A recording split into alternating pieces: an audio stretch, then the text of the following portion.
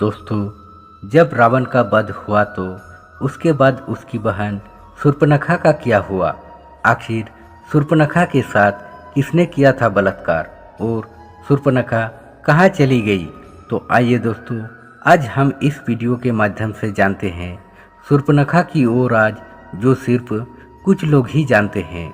दोस्तों, जैसा कि हम सभी जानते हैं कि रावण की मृत्यु के बाद विभीषण राजा बन गए और लंका में शांतिपूर्वक राज करते हुए अपनी प्रजा का ख्याल रखने लगे।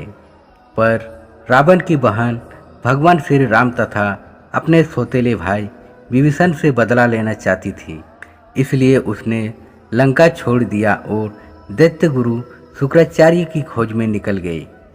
दैत्य गुरु को रावण की माता केकसी ने लंका से निकासित कर दिया था। खरदूषण नामक राक्षस जो रावण के मेमरे भाई थे। शुक्राचार्य जी विद्यार्थियों को विद्या प्रदान कर रहे थे।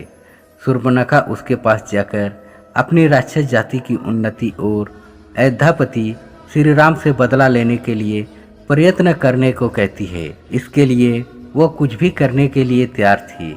शुक्राचार्य ने कहा, यहाँ का राजा सुग्रीव, लंका का राजा विभीषण और भारत के सभी राजा अयोध्या के राजा श्री राम के अधीन है। सभी उनके भक्त हैं। उनके विरुद्ध यहाँ पर कोई कार्य ही नहीं हो सकता है। इसलिए हम लोगों को पूर्व दिशा के समुद्र तट उस पार जहाँ अभी तक आर्यों की सभ्यता का विकास नहीं हुआ, लोग अभी भी कबीलों में रहते हैं और कच्चा मांस खाते हैं, उधर चलकर भगवान शिव की आराधना करते हैं। शूर्पणखा के साथ शुक्राचार्य मंत्र शक्ति से समुद्र पार करके सऊदी अरब देश में पहुंचते हैं, जहां के सभी लोग कबीलों में रहते थे और पशुओं की तरह जंगलों में कच्चे मांस, फल आदि खाते थे, जिसके कारण सभी लोग आपस में मारकाट किया करते थे। शुक्राचार्य की प्रतिज्ञा के बारे में सभी जानते थे। वह हमेशा अंधेरे अर्थात पाप को बढ़ावा देने वाले थे। वह हमेशा पापियों की मदद करते थे। फिर शूर्पणखा का तो उनके प्रिय शिष्य रावण की छोटी बहन थी, भला उसकी बात क्यों नहीं मानते? शूर्पणखा की नाक कटी हुई थी। वह हमेशा अपना मुख ढक कर रखती थी और कोई भी रूप ले सकती थी। शूर्पणखा के साथ शुक्राचार्य जी ने भगवान शिव के प्रतिरूप अर्थात शिवलिंग की स्थापना करके शिव आराधना शुरू कर दिया। वहीं बैठकर बिना श्रद्धा भाव से भक्ति करने लगी और शिव मंत्रों का जाप करने लगे। थोड़े दिनों में उधर से सबसे शक्तिशाली कबीलों की टोली गुजरी, जिसका मुखिया एक आदम नाम का एक भयानक लंबा चौड़ा हष्ट शरीर का मालिक व्यक्ति था। वह व्यक्ति घोड़े, शेर, हाथी, बाघ आदि किसी भी जीव से ज़्यादा शक्तिशाली था। उसकी एक ही कमी थी, वह अन्य पशुओं की तरह नंगा रहता था। राक्षस ने देखा एक बूढ़ा व्यक्ति वहाँ बैठकर हवन कर रहा है। उसके सामने एक सुंदर स्त्री है जिसने मुख पर कपड़ा ढक रखा है। ये स्त्री अगर मुखिया को मिल जाए तो मुखिया के साथ रह रही उसकी स्त्री का भोग हम सबको मिल जाएगा।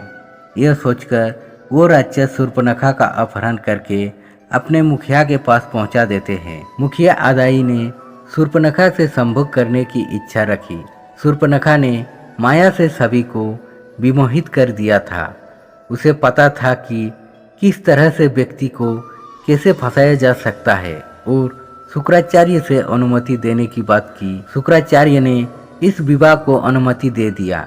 मुखिया आदम से शर्त रखता है, जिसमें शर्त यह थी कि शूर्पणखा से विवाह के बाद उनके दुश्मन अयोध्या के राजा राम, किष्किंधापति, सुग्रीव, अंगद और हनुमान को मारकर उसका बदला लेना होगा।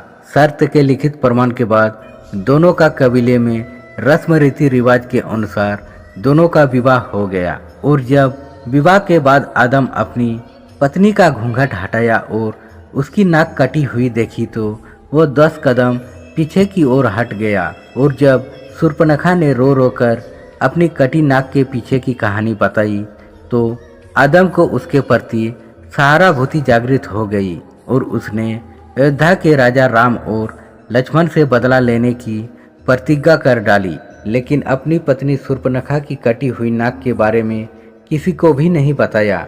अगर सबको पता चल जाता तो लोगों में बदनामी होती, इसलिए अपनी पत्नी को हवा के नाम दे दिया और सबको कहा कि मेरे अलावा जो कोई हवा का चेहरा देखेगा तत्काल उसकी मृत्यु हो जाएगी। और इस तरह शूर्पणखा रावण की मृत्यु के बाद अरब देश में चली गई थी।